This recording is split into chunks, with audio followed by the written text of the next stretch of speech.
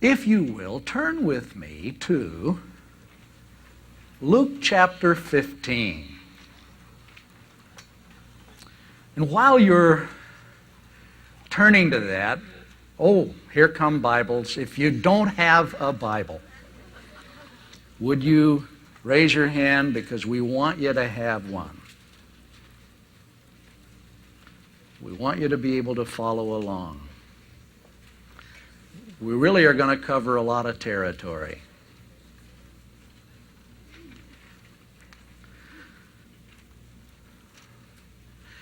Luke chapter 15 is one of my favorite chapters in the Scripture because it opens up with what I love. It is a beautiful, beautiful statement. It's the kind of thing that makes my heart go, yes!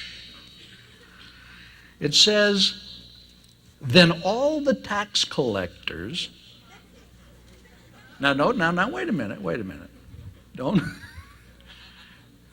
And the sinners drew near to him, this is Jesus, to hear him. Isn't that wonderful? Look at his audience. Look at his audience. Have you ever wondered what in the world would make a group of tax collectors and sinners draw near to him to hear him? Do you suppose that Jesus was condemning? Or do you suppose there was something so full of grace, so inviting, that would cause them to say, I don't know about you, but I got to go hear this guy? And so tax collectors and sinners made up his congregation.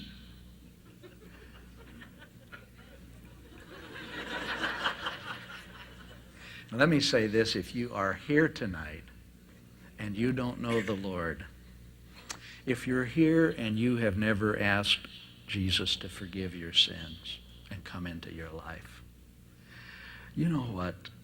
God is tickled that you're here. When you walked in, he didn't say, oh, brother, there goes the neighborhood. No, you're his type.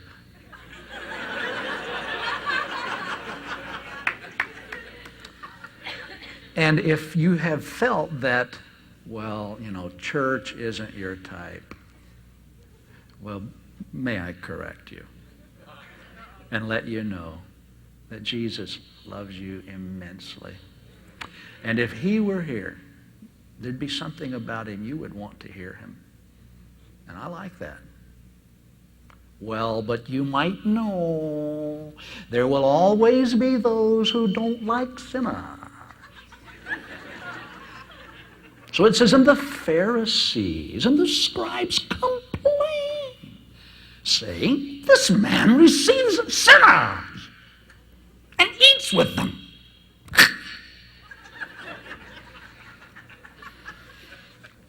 Now you got to remember that they started it, because you ever have one of those things when you were a kid? He started it. In my case, it was always, well, it all started when he hit me back. But anyway, the Pharisees start this little fight, and Jesus takes them on. So it says, he spoke this parable to them. Now, this is to the Pharisees and the scribes, those who were among the religious elite. Now, you need to know that if there was one group of people on whose case Jesus got, it was the religious leaders. That's scary. But the Amcharetz, the poor people of the land, the common people, heard Jesus gladly, and there was something about what he said to them they were tickled to hear. So now the religious leaders come in and say, well, now we just don't like what this man's doing. Do you realize who is with him? Do you realize the kind of people that go to his church? Why, they're the dregs of the earth. Yes? Thank God there's a place for the dregs like me to go. So Jesus spoke 3 parables to these people, and it was almost like you couldn't pick 3 more insulting things to say than these.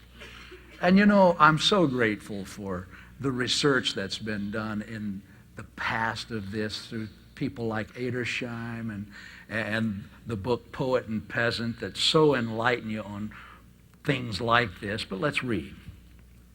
What man of you, he says, having 100 sheep? Aha! That's it. That's it. Right there.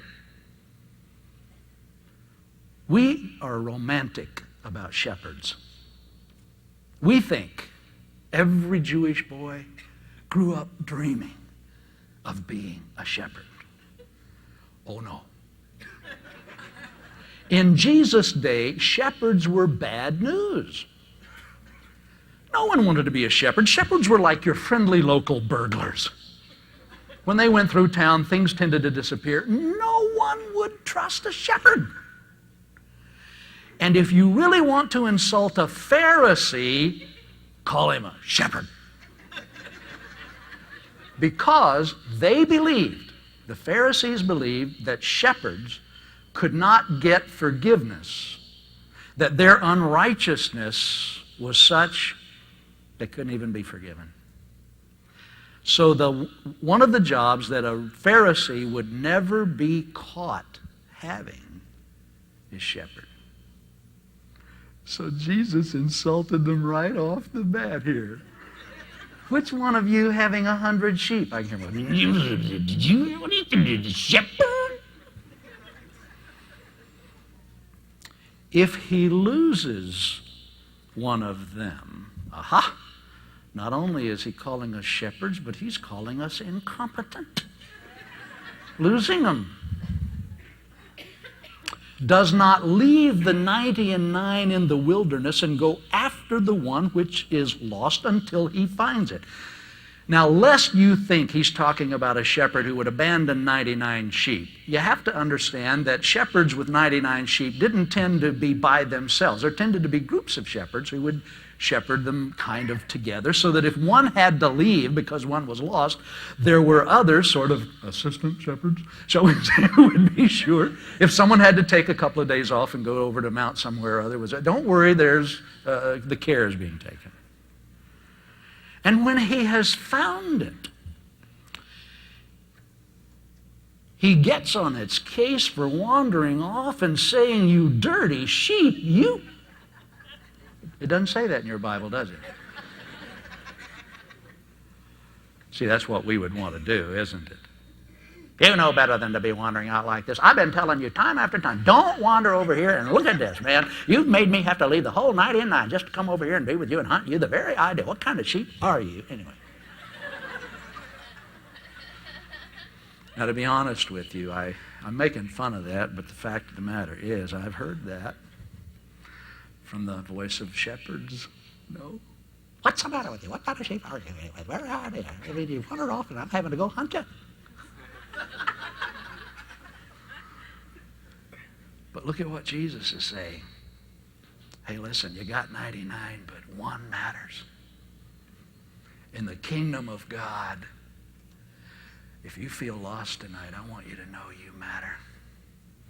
You are not like a statistic. Well, okay, we're doing pretty good. 99's not bad.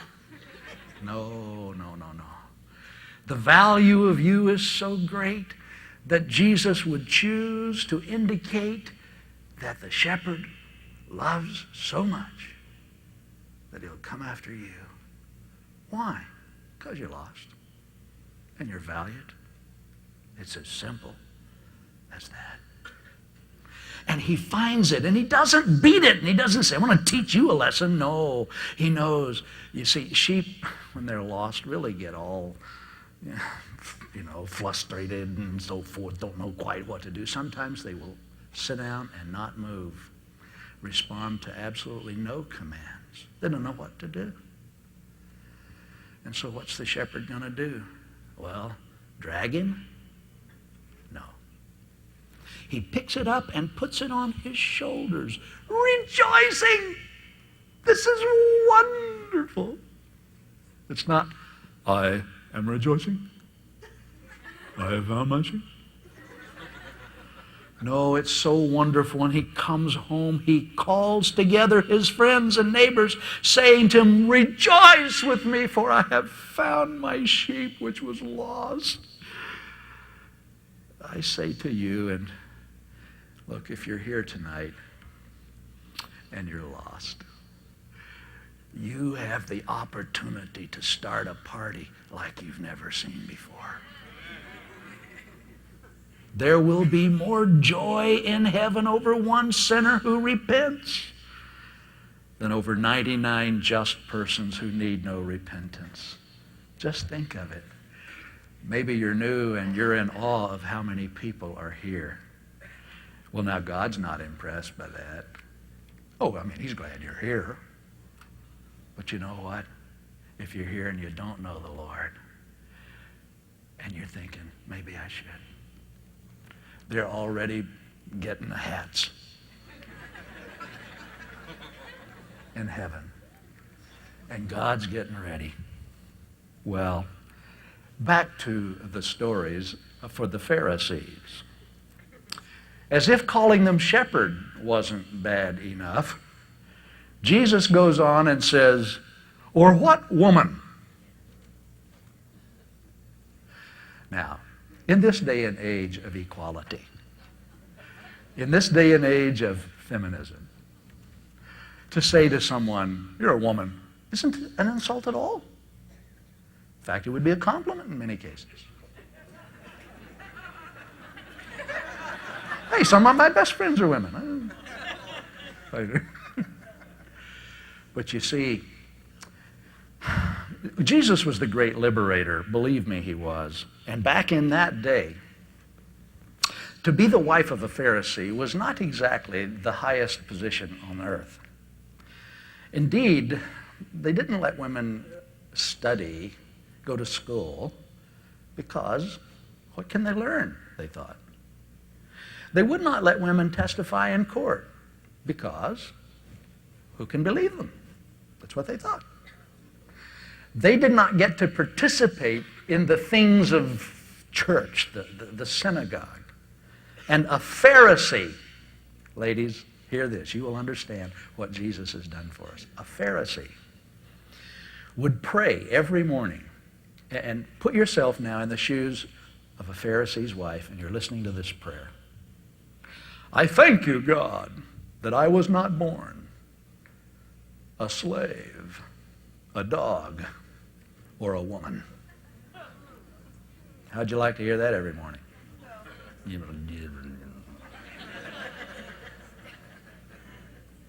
So when Jesus uses woman as the next thing after a shepherd, you can really hear that one. Did you hear that? Calling us a woman. And Jesus, see, the thing is, you have to understand, when you really love people, as Jesus did, he loved shepherds. It was amazing that his introduction came to shepherds. I don't know how many angels were involved, 2 or 3 million maybe 5, I don't know.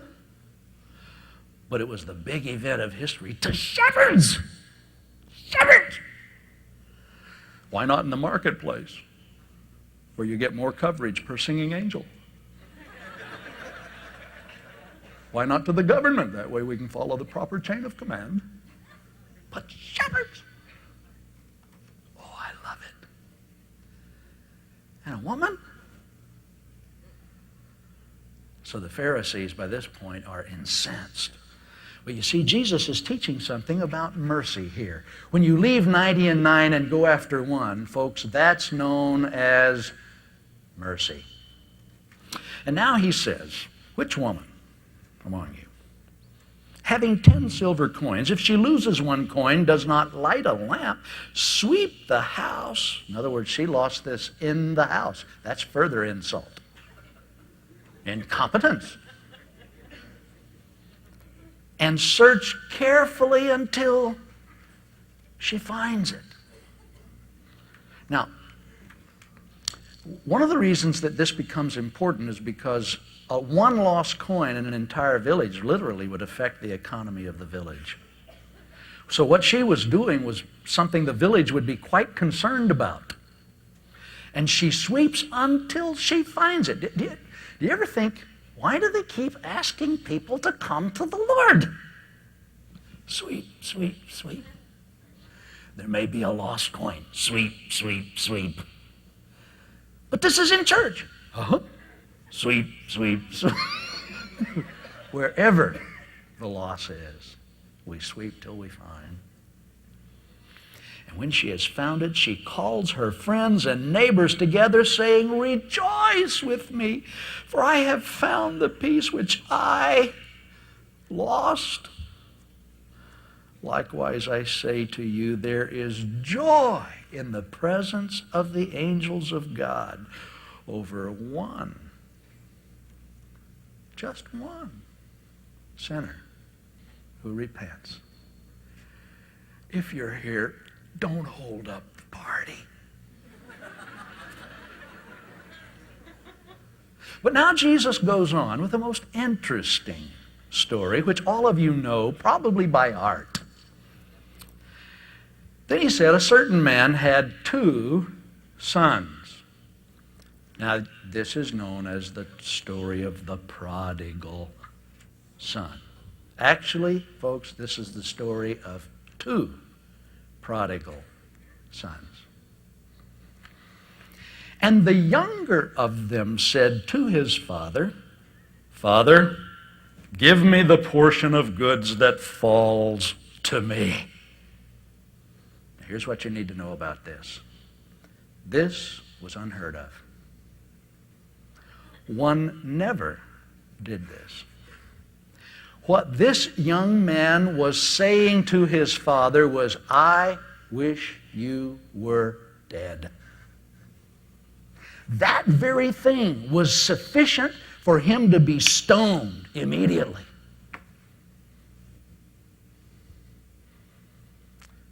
Now, we know that this fellow did not get stoned. You know why? Mercy. Mercy. So what happens? So he divided to them his livelihood. Did you notice that? He divided to them. The younger brother says, "I want what's mine. I want it now. I wish you were dead." The elder brother in any home in a village like this was not supposed to let this happen. In fact, he was supposed to go to bat and say, "Oh no, Father, never. You don't even consider this. Oh, what a horrible thing for this son to be doing. I, as the elder brother, say to you, no, I want you alive. Please do not do this. Send him away. That's fine. Give him a little bit, but don't. We want you alive." But you know what? He kept quiet. "Oh, I'm getting the other half? Oh, actually, he'd get more than half. I'm getting the majority.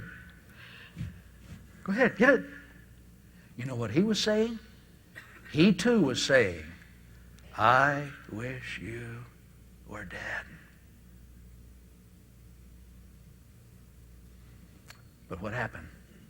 The father divided to them the inheritance. Both of them were deserving of stoning at that very moment. But instead, they got the inheritance. Folks, that's known as mercy. Now, oftentimes people think that the God of heaven is some white-haired old man sitting somewhere on a cosmic rock. And he's pretty ticked off. Just looking for a human being somewhere. There's one. Zap! Got him. But you see, Jesus came to reveal what the Father was truly like. And here we're getting the proper picture of a God of mercy. And so he divides his goods to both of them. And both of them are here saying that we wish you were dead. And it says, "And not many days after, the younger son gathered all together, journeyed to a far country, and there wasted his possessions with prodigal, riotous living. Here's what you need to know about this. When he divides his goods, that means the younger son gets some land too, see. And in order to sell land, you have to understand that villages, we don't understand the village of the Mideast today because we live in these great cities. We hardly even know each other. Realtors deal with everything for us. We are forced to sell to whoever qualifies for, and we can buy from anyone if we qualify. You see, those are the rules today. Those were not the rules back then. If there was anything that had to be, property had to be sold to someone within the village so that it could be kept, because this village could starve if it lost property.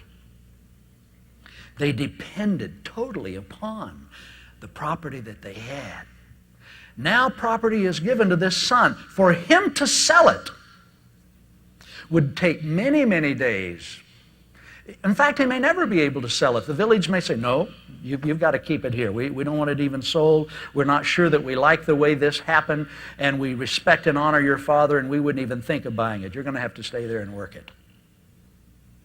But he sold it, which means he sold it to a Gentile. He sold it to an outsider. That's the only kind of person who would have come in and said, here's the money, I'll take it. So his action infuriated the village. In fact, it's a good thing he left because they were prepared to kill him. But now he's well heeled, as we would say. He has money. It's amazing. If you have money, you have friends. Is that not true? If you have money, inform me. I'll be your friend. So he goes and he fulfills all of his fantasies. He has the money. Oh, he did not earn it, that's true. And when you don't earn it, you don't know its value. And so he loses it all. And then strange things begin to happen. Oh, you could have predicted them. We know this is the way things work out, but he has to learn it sometimes the hard way.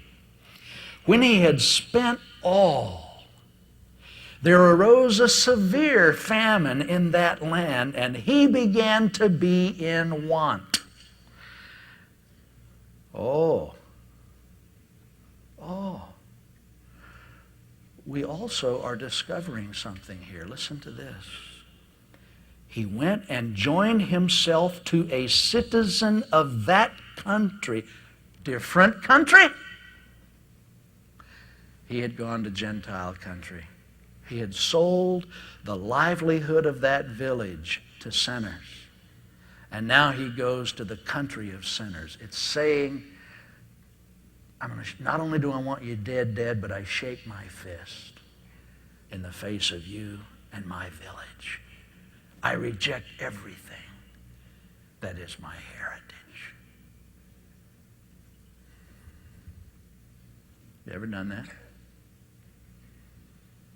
Are you sitting here tonight having shaken your fist at God and your family? Well, let's keep reading. And he sent him into his fields to feed swine. I can hear it. Once you're broke, you're not quite as respected. Oh, forgive me, because I'm going to tell you how it would have been done back then. I'm not telling you how it ought to have been done, but here's the way it would have been. Oh, a Jew boy, hey? You're wanting a job.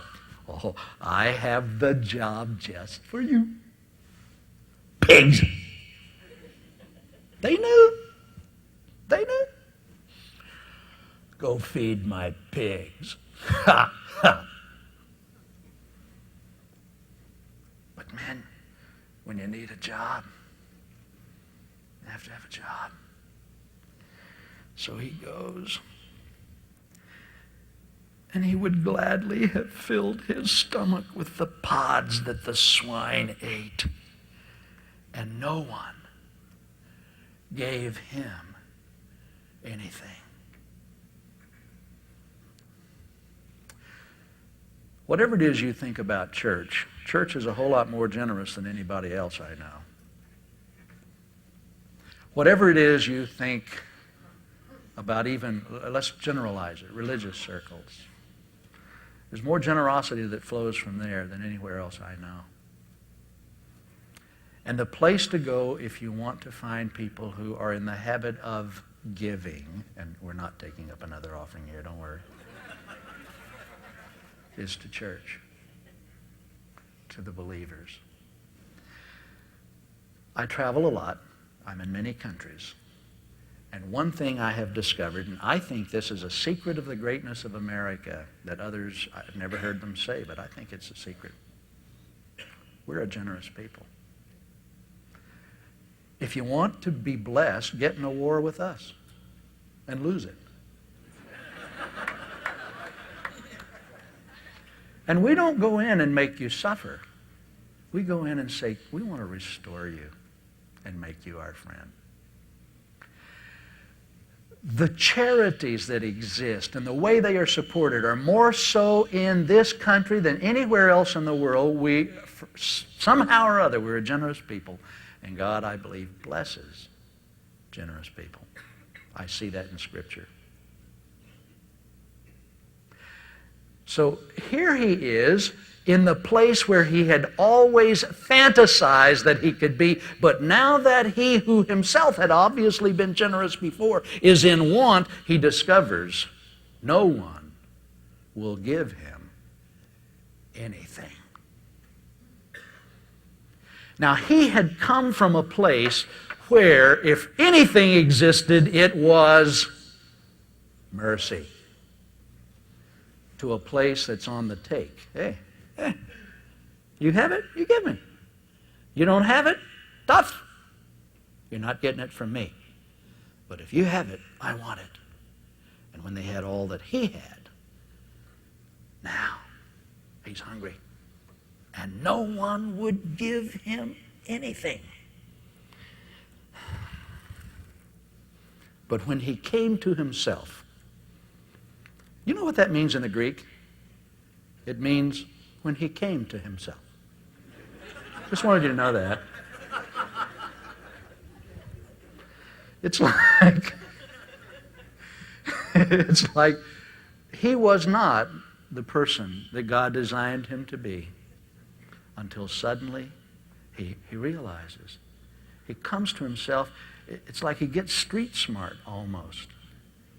And he says, how many of my father's hired servants have bread enough and to spare?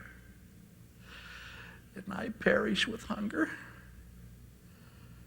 I will arise and go to my father, and I will say to him, Father, I have sinned against heaven and before you, and I'm no longer worthy to be called your son. Make me like one of your hired servants. You know what he thinks his problem is? Economics. My problem is I don't have any money.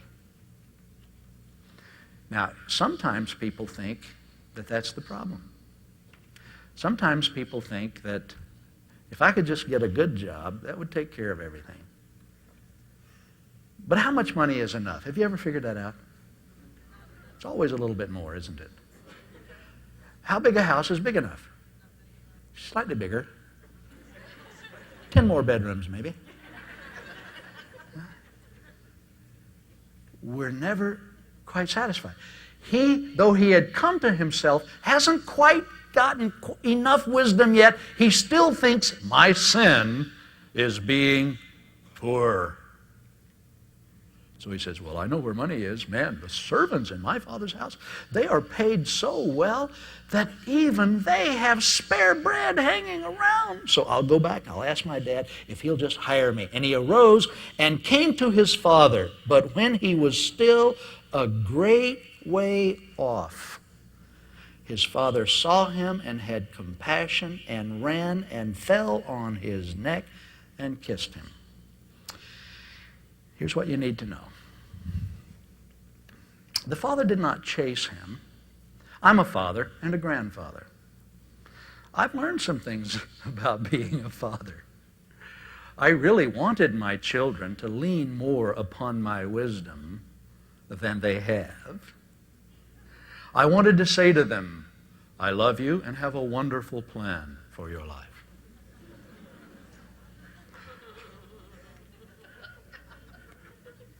But, of course, because I did this too, there came a point when I decided I want to make my own decisions. And we head out. Sometimes we do so in rebellion because we think, no, you're just trying to rule my life, and I'm old enough now. I've reached the age of 13. What do you mean?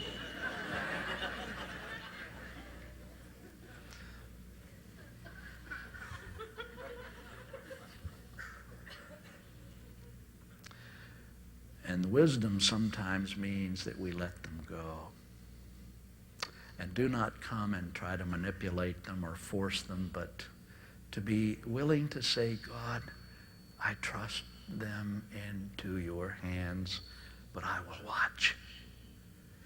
Now, there's a very good reason why this father had to watch.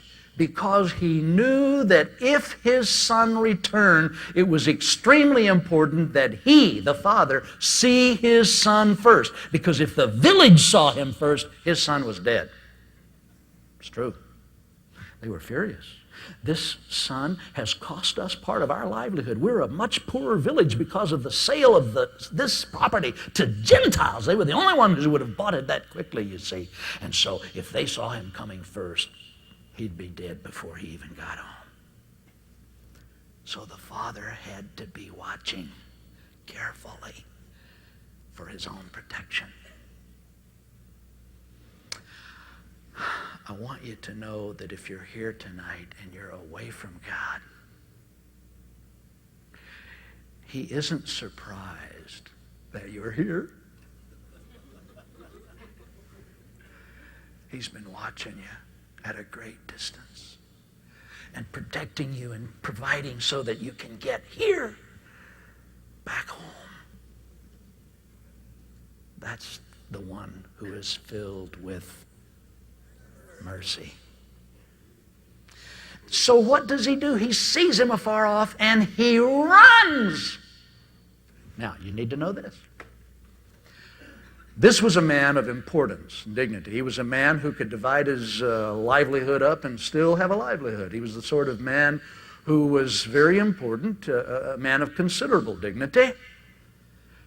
Men of dignity in that village and in any of those villages or towns never ran. Running is a mark of indignity. It's a mark of lowliness. They didn't have jogging back then, folks.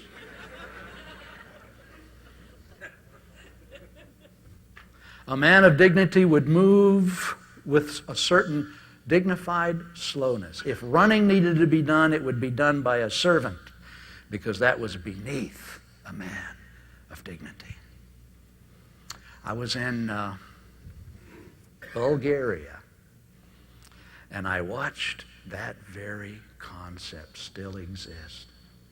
You could tell who the people of importance were in town because there was a walk.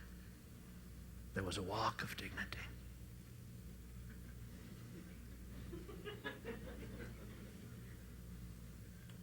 I walk like this, you know. And they could just look at me and say,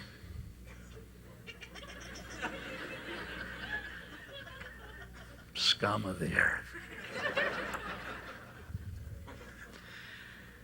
This father loved that rebellious, worthy of stoning son so much that he laid down his dignity in front of all the village, and he ran. Folks, that's known as mercy. He runs and he kisses him. Now, here is something you need to know. That son, the moment he sees his father coming, is supposed to be on his knees at his father's feet.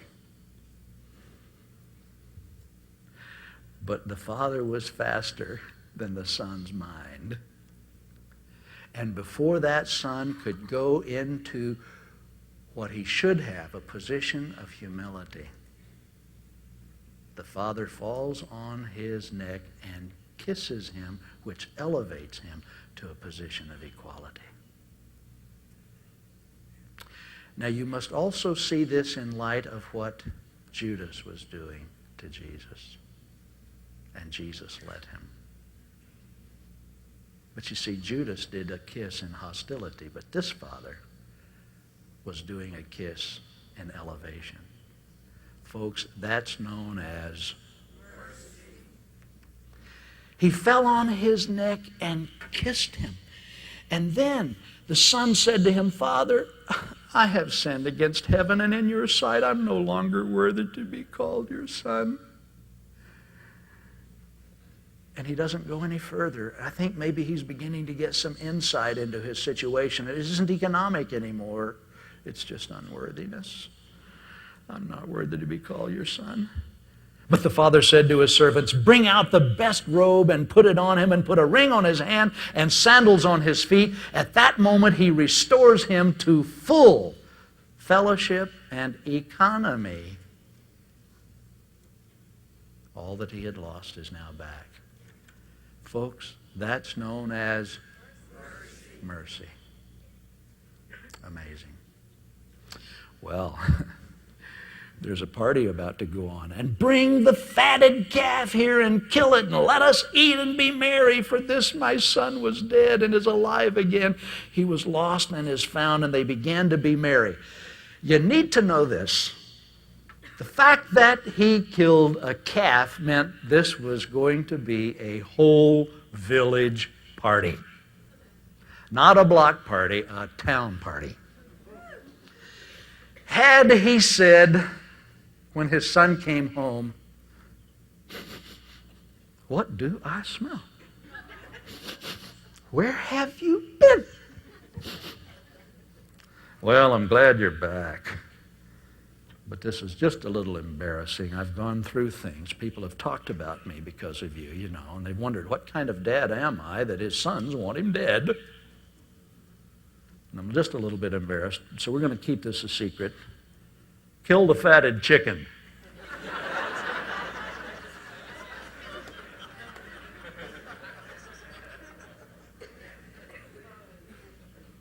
But no, this is so wonderful. There's a village that's not too happy about what you've done out there, and I need to let them know how I feel about you. So we're going to have a whole town party. Kill a big animal so that everyone can eat. Folks, this is known as mercy. Wow.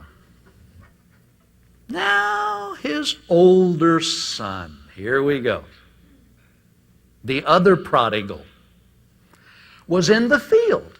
Well, now that's good. And as he came and drew near to the house, he heard music and dancing. Now, actually, this son out in the field would have known what was going on. I mean, news travels faster than that. When a whole village is in for a party, nobody out in the field is absent from this. He knew. He already knew. It wasn't like, what's this going on? He knew that the younger son had come home, but he isn't in yet. He hasn't come in. He didn't want to come in. He's furious now. I'm not going there. What's he doing back? Who does he think he is?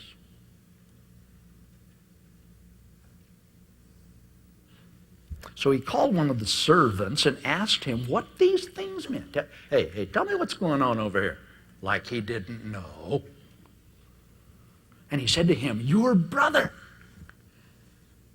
has come, and because he has received him safe and sound, your father has killed the fatted calf.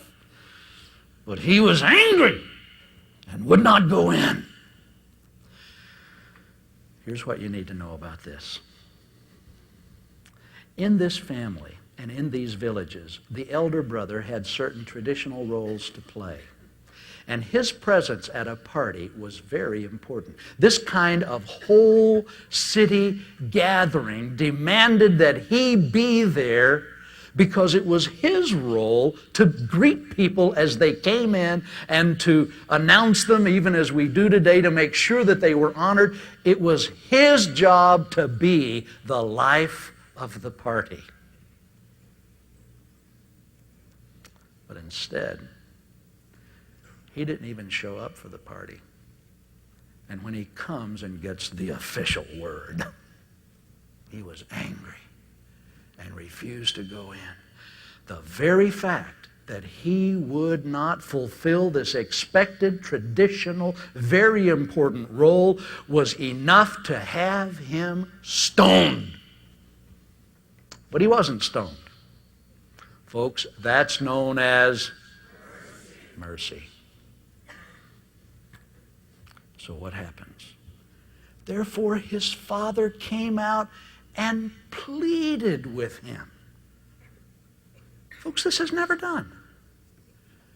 This is unheard of. It's almost like, come on, they don't do that in these villages. Oh no. Oh no.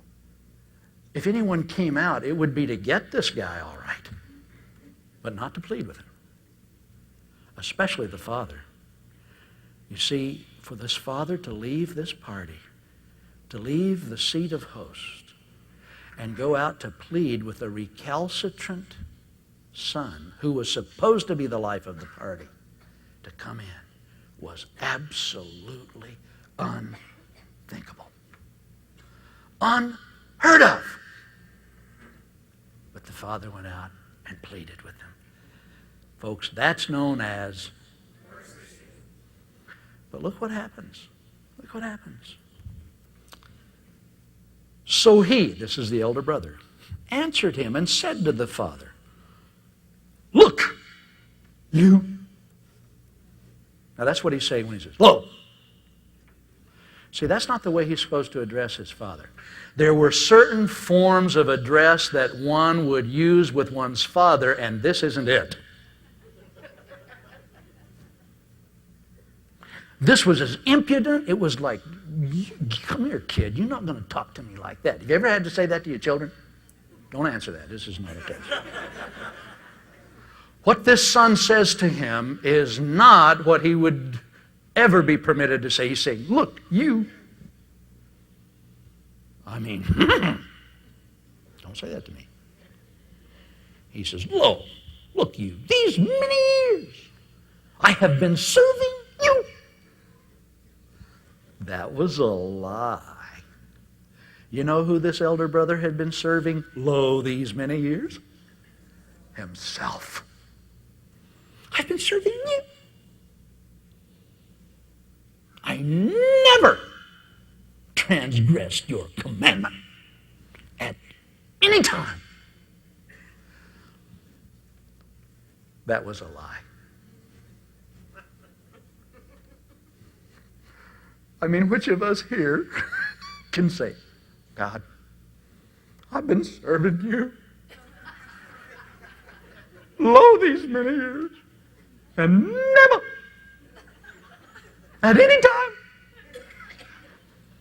have I ever disobeyed you or transgressed one of your commandments? Never."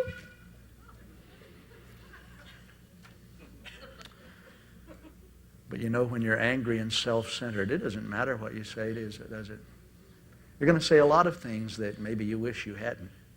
He's gritting his teeth. "Look, these many years I've served you, and yet you never even gave me a goat, young goat kid, that I might make merry with my friends." There's something about this guy and this story that makes me wonder if he had any friends. There's also something about this story that makes me wonder if he knew how to make merry. I mean, if he threw a party, what would it be like?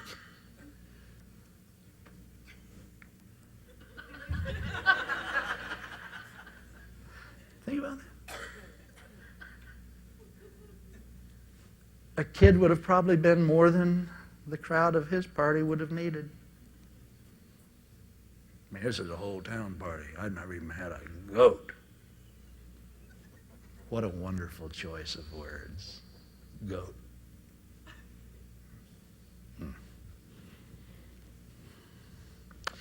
Then the father says the most awesome thing. And he said to him, by the way, I'm leaving out a verse 30. But as soon as this son of yours, man, this guy's mad, isn't he? Not my brother. Just your son.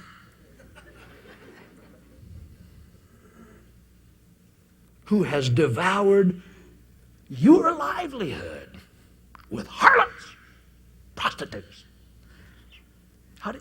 Hey, wait a minute. How do you know?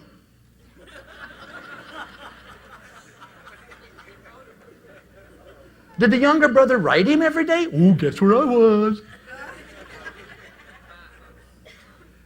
No, you know what I think? I think this elder brother had a pretty active imagination. He's a dirty old man, really. Look what he did with his money, and now you've killed a fatted calf for him. Now remember, any one of these sets of words that he's using, unheard of, unthinkable, any one of these would have enabled the people to stone that son on the spot. But the father lets him berate him. That's known as mercy. Now, for the father to go out and plead with him was also an ultimate loss of dignity. It was just unthinkable. It's like in front of the entire village, this man of dignity, maybe the leader of the village, is suffering the greatest indignities at the hands of his own family.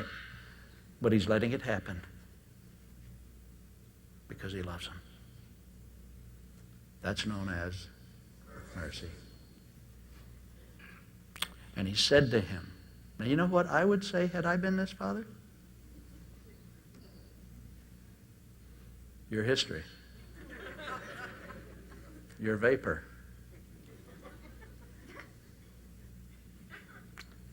But you see, the son starts and says, look, you. And the father says, son, did you hear that? Son. Son. Son.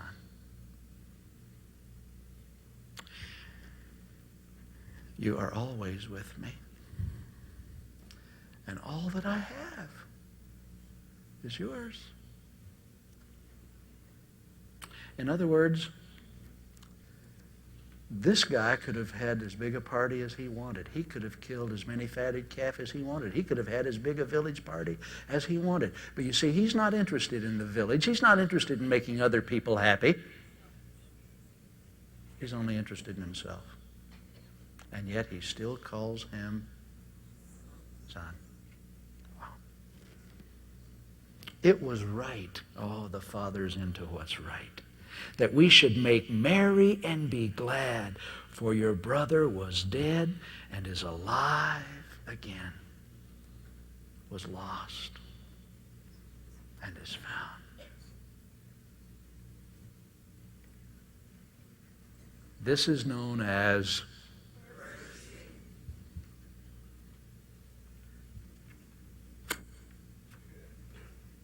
end of the story. There are things yet we don't know. Wait a minute. Did the elder brother come in? We don't know. We suspect that he didn't. But you see, Jesus was talking to some elder brothers. He was also talking to some sinners and tax collectors who had gone out and spent what they had inherited or had ripped away from God in riotous living. I think perhaps what touched me most about this story, one of the ways that I like to interpret Scripture is I like to get into it and be a character. Because you can see things better if you put yourself in someone's shoes. And this story has always been a little bit difficult for me simply because I could not identify with the main character in this story. To me, it was the story of the prodigal son. And I've never been a prodigal son. I have been with him always.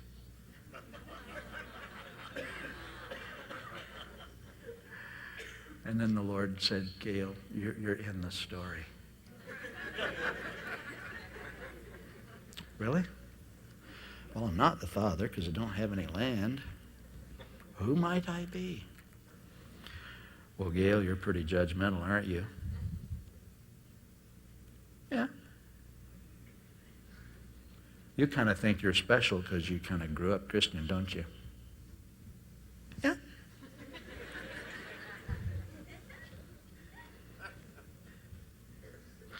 You get really jealous when some of these people come in and get saved and just grow faster than you and do better things than you, don't you? Yeah.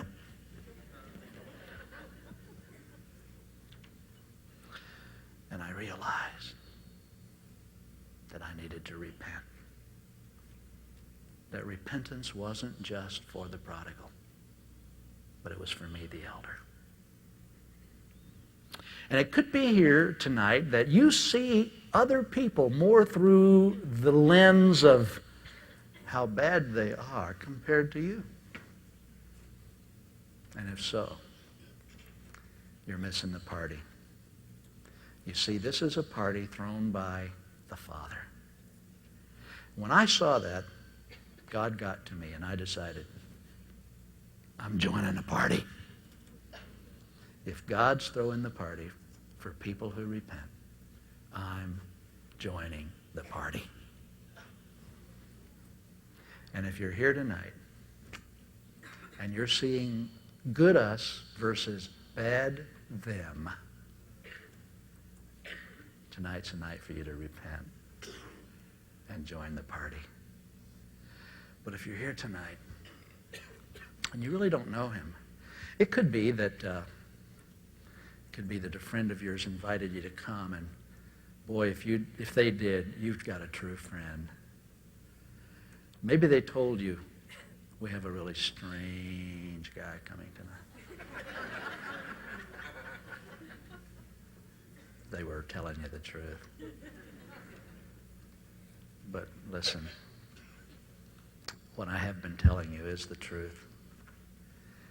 And if there's anything we have looked at tonight is the fact that God is a God of mercy. Which means that your presence here tonight is a chance for him to do what he does best. You see, the Bible assures us that the mercy of God never comes to an end. In fact, it is made new every morning.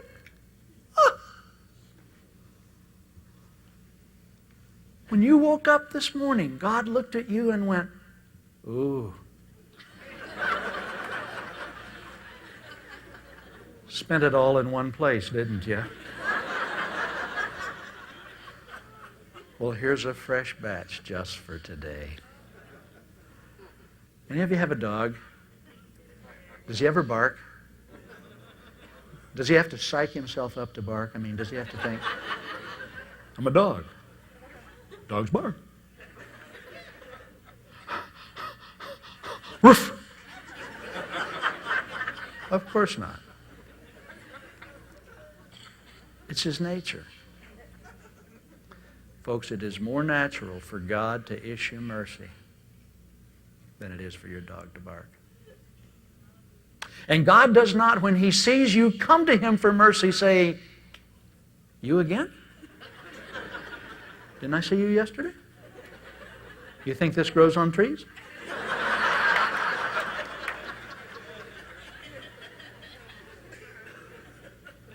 No. See, the thing is, tonight, His mercy flows to you. And if you think, but you don't realize how bad I've been, maybe I don't. But I know that your badness can never exceed His mercy. Amen. And there's only one way for you to find out. Come and lean on it. Come and lean on it tonight. Thank you so much, Father, that every story I see from you is a story of mercy. Thank you that you give and you give and you give. Then you give again. Oh, thank you. I'm so glad that I don't have to lean on myself. But you're such a God of mercy. Thank you.